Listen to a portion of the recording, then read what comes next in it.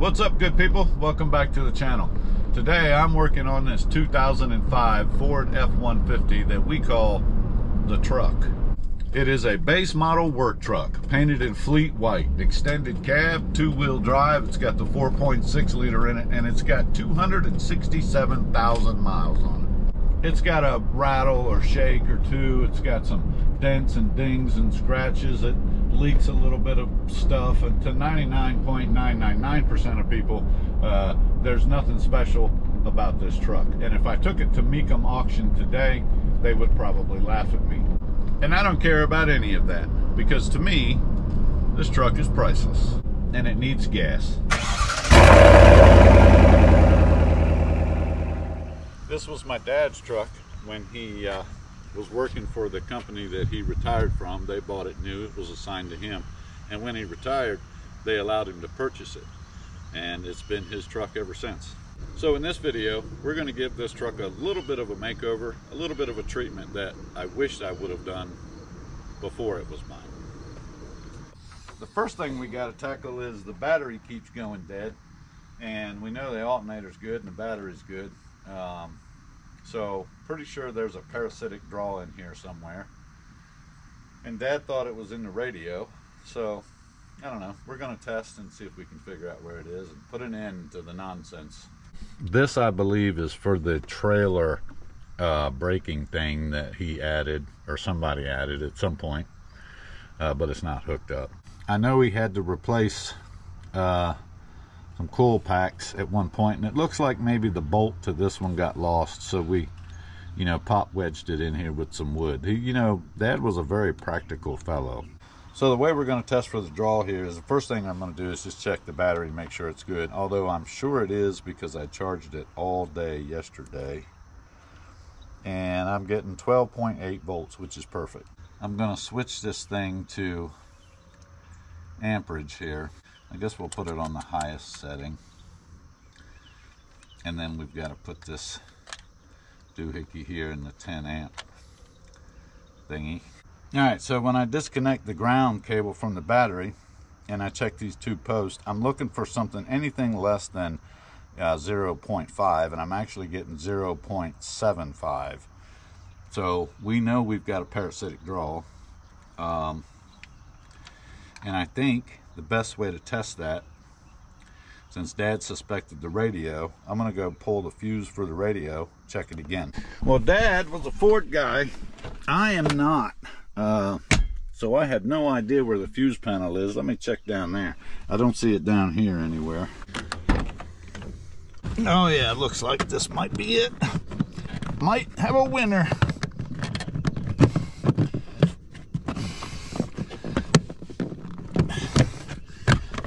Oh yeah, we got a fuse panel in here. Now we just got to figure out how do we get it open. Well, I'm on to something. Okay, let's see, which one is the radio? Oh, it says see the owner's manual. Great. Look at that, owner's manual on this fancy padded thing. See if we can find the fuse section. I gotta remember my alphabet. A, B, C, D, E, F, G, O, F, yeah. Fuses, 225, 226. Okay. Let's see. DVD, battery, parent, folding mirrors. We don't have all that stuff. Radio, number 7. Number 7 is going to be, well, if I just count them down, it's going to be, number 7. Let's try that. I think I found it here. I think this is it. How do you get the fuses out? My fingers are too big. If I'm reading everything correctly, it should be that one right there. Let's go check it again. Oh, I'm still getting 0.75. Huh. Interesting. Well, we got to keep digging. I'm thinking I pulled the wrong fuse, because there's another row over here that I didn't see. And the set number 7 fuse is also a 5 amp on this side. So we'll pull that one. Maybe that's the radio fuse. Nope. Still getting 0.75. Turns out there was another fuse in there for the radio power, a bigger one, a 20 amp fuse. Found it, pulled it, and now I'm only down to 0.20. So looks like Pop was right. That radio is what's doing it. There's a lesson to y'all out there, okay? Don't doubt your old man. When your old man tells you something's going on, best believe it. So before he passed, you know, he was working on this problem, and he actually purchased this radio to replace that with. I guess he figured the radio was the problem, and he was just going to swap it out and see if that would fix it. So that's what we're going to do. Let's swap out this radio. Now I'm guessing somehow or another this pops off of here, and I don't have my trim tools, so we're just going to have to kind of carefully take the approach that I think that so far it's looking good. Oh, there we go. It looks like I need a 7mm or something or another. Boy, this radio is as basic as it gets, isn't it? You get AM and FM, and that's it. We'll pop the antenna, and we'll pop the little control harness click thingy here. Simple. I do just want to inspect this harness just to make sure that it's not in the wiring somewhere. Doesn't mean it won't be still, but I don't see anything here. I'll just plug it in.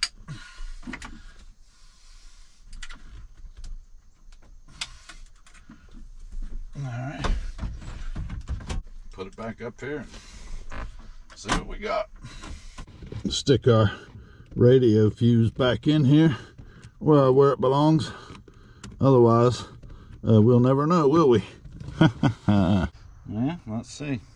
Still getting the same draw, but we know it's the radio because when I pull the fuse,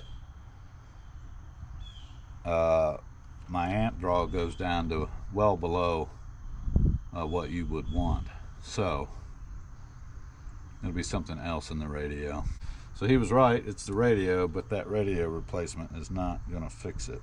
So I don't know if I've explained this to y'all, but this truck is still at my parents' house. I'm leaving it here for my mother because, you know, they used it for stuff, and I want her to still be able to use it for stuff.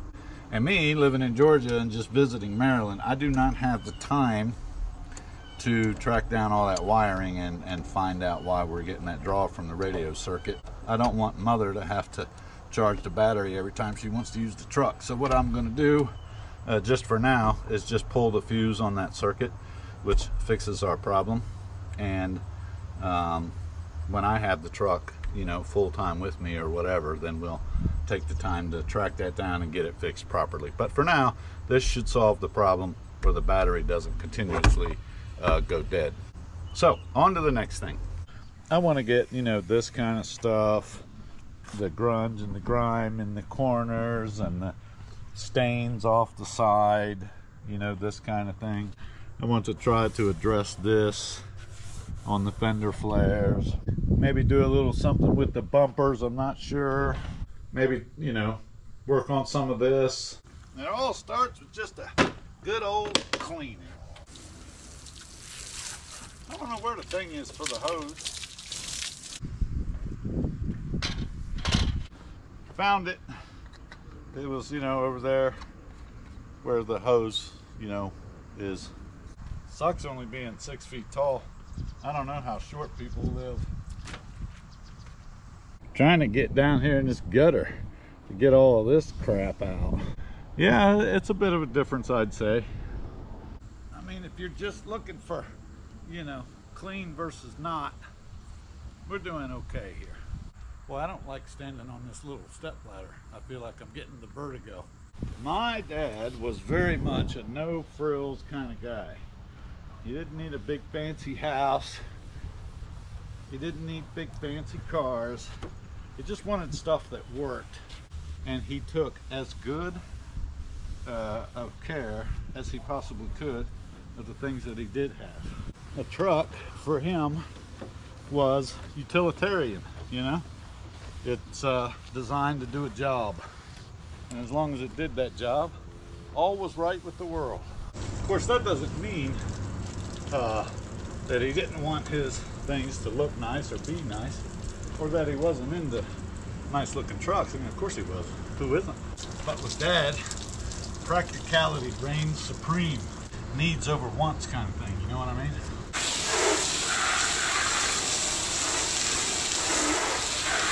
The old man was a bit of a jokester too. I remember he was helping me build the deck in my first new house, and I thought it was, one part of it was a little crooked, or I don't remember, but I questioned it somehow or another. And he just looked at me with a straight face and said, "I can't see it from my house." He did that just to get a reaction. He did it to my brothers too. I guess the reason I'm telling you all this is because if you clicked on this video expecting like this amazing transformation, new paint, wheels and tires, or turbocharger out of some crazy stuff, that's not what's happening here.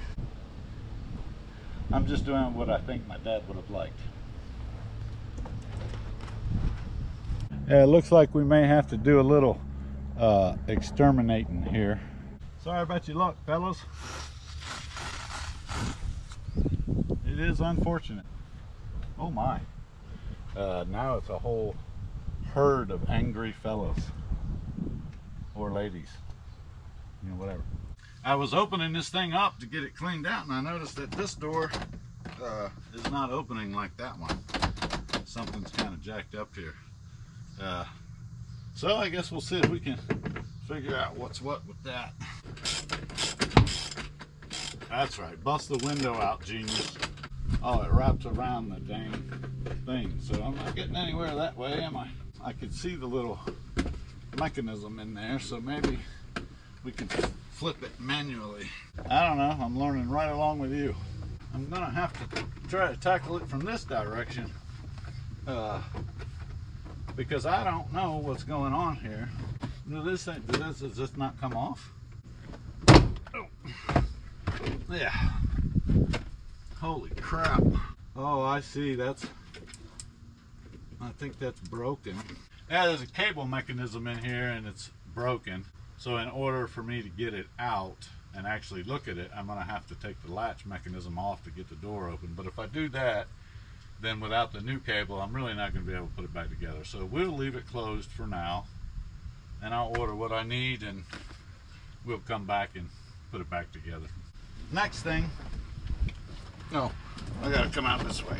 I can't get out that way because, you know, the door won't open. Yeah, this top here would have been a top that Dad threw on there.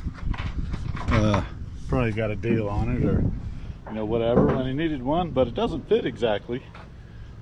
So we're going to see if we can improve on that.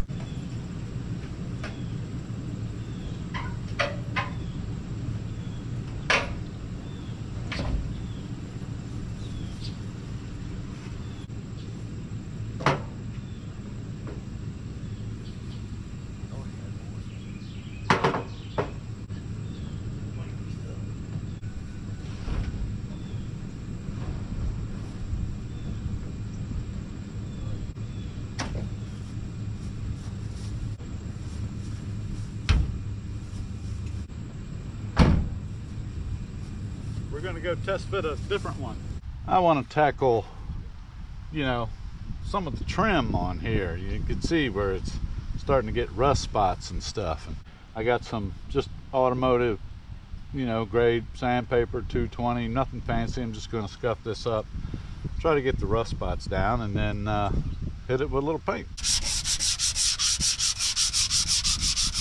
This part of the bumper is metal, whereas the rest of it is plastic. I'm just wiping this off with a degreaser. You know, before you paint stuff, you're supposed to wipe it with something. So I'm doing the wiping part.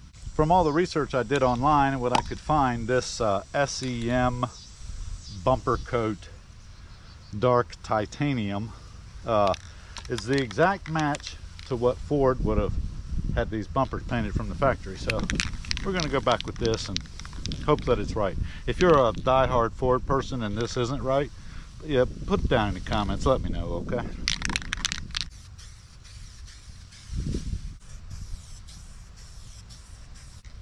You know, you got to start off with light coats, okay? Light coats. You got to start off with light coats. The problem with that is you don't feel like you're getting anything done.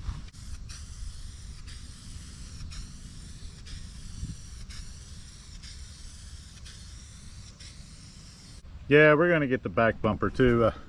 This is, I think we may be getting rid of the old fleet number, which, you know, I'm sure he'd be okay with.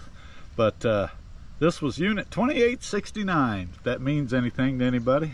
I brought the truck back here in the shade so I could work on it, you know, without cooking. And dummy me put it under the trees where everything is now falling on it. But it's okay. It'll work out. This is how we mask the truck, mask the truck, mask the truck. This is how we mask the truck so we don't get paint where we don't want it. For the plastic, I'm just going to scrub it with this heavy duty Scotch-Brite and a cleaner, just to try to get all the crap off, you know. Look at the stuff it takes off of there. This plastic is textured, so while I'm cleaning, I'm also kind of scuffing it for paint, you know what I'm saying? It's like a two birds, one stone kind of deal. Those fender flares there, they actually weren't in bad shape at all, so I just kind of scuffed them, you know. Give them a light scuffing, so we can give them a coat. There was, you know, they have some spots, but they weren't terrible. And to make sure they blend with everything else, I'll just do a quick scuff and shoot on them, you know what I'm saying? Look, I'm defeating the laws of physics with my masking tape here. My talent should be on display at the Smithsonian. Ah yes, the dreaded overspray. Ye shall not pass this day. There's just a little bit of a breeze out here. It's not that much, but it's just enough to make this especially challenging. I got this dupla color trim and bumper paint, excellent adhesion, and it's, you know, flexible, so it seems like it should be perfect for plastic bumpers. Light coats, which it would be a light coat anyway because most of it is blowing away with the wind. Is it just me, or does it feel like this situation is just getting completely out of hand? I figured since that top doesn't fit very well and it's causing problems, you know, back here with moisture and mold and all that stuff, and if we can't find a top that fits the way I want it to, because I want it to fit, you know, correctly, I figured in the meantime I would just go ahead and get these plastic bedside caps too. I mean, why not, right? We're right here. This grill's got a crack in it, and I'm betting I could fix it up here. Easiest thing to do is go ahead and take it off. Try not to lose all these 10mm bolts. I'm not good at a lot of things, but losing bolts and stuff, I excel at that. Looks like some of them are already missing, so we certainly don't want to compound the problem. Remember, I put them there, okay? I got everything out that I think should come out, but it's still there. So that's a little, oh, well, oh, I see. Okay, let's go see what we can do with this. The light's not the best in here, but there's a little, just a little crack right there, you see. Let me see what I can do with that. I think if we flip this over, the shell part will actually unclip. You know, I'm just afraid that I'm going to break a bunch of these tabs. So I think, because now after looking at it, I can see the crack on the back side here too. Maybe we just try to fix it from the back side with the surround shell thing still on it here. Got to wash it off first though, it's pretty grungy. The first thing I got to do here in order to fix this is I'm going to go to, it's cracked all the way through on the back side. But here, in order to keep this from cracking anymore, I'm going to drill just a tiny little hole at the very end of the crack. And that should hopefully keep this from getting any worse. I got this JB Weld plastic bonder stuff. Even came with a fancy little popsicle stick. I should I'll be able to first fill my hole, and then we're going to just kind of squeeze this down into this crack here. You can sand this stuff, so I'm not particularly worried about how much I get on the face of the grill, you know what I mean?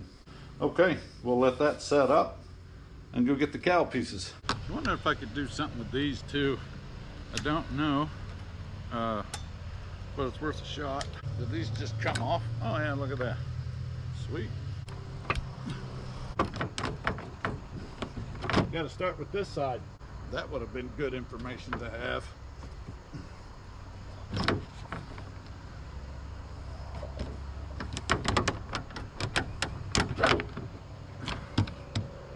There you go. Take the driver's side off first, and then you push all the little clips and everything. Take the 7mm bolt out. Let's see. And then eventually, you know, someday you'll be able to worm it out of here. Got to unhook this washer tubing too. Yeah, there we go. Scrub a dub. Poured plastic in a tub, or on the trash can, getting scrubbed. Ha, I rhyme.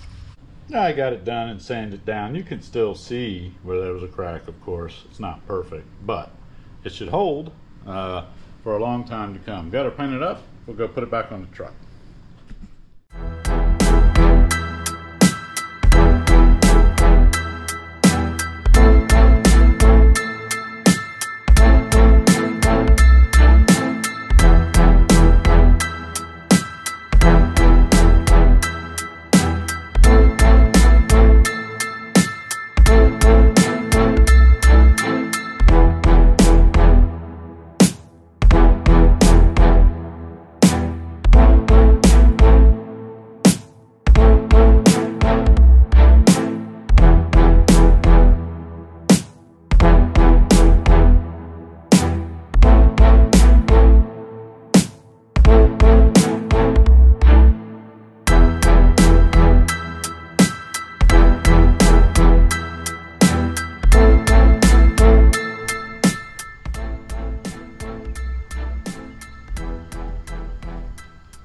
That was my brother Doug, you saw there, helping me out, so big thanks to him.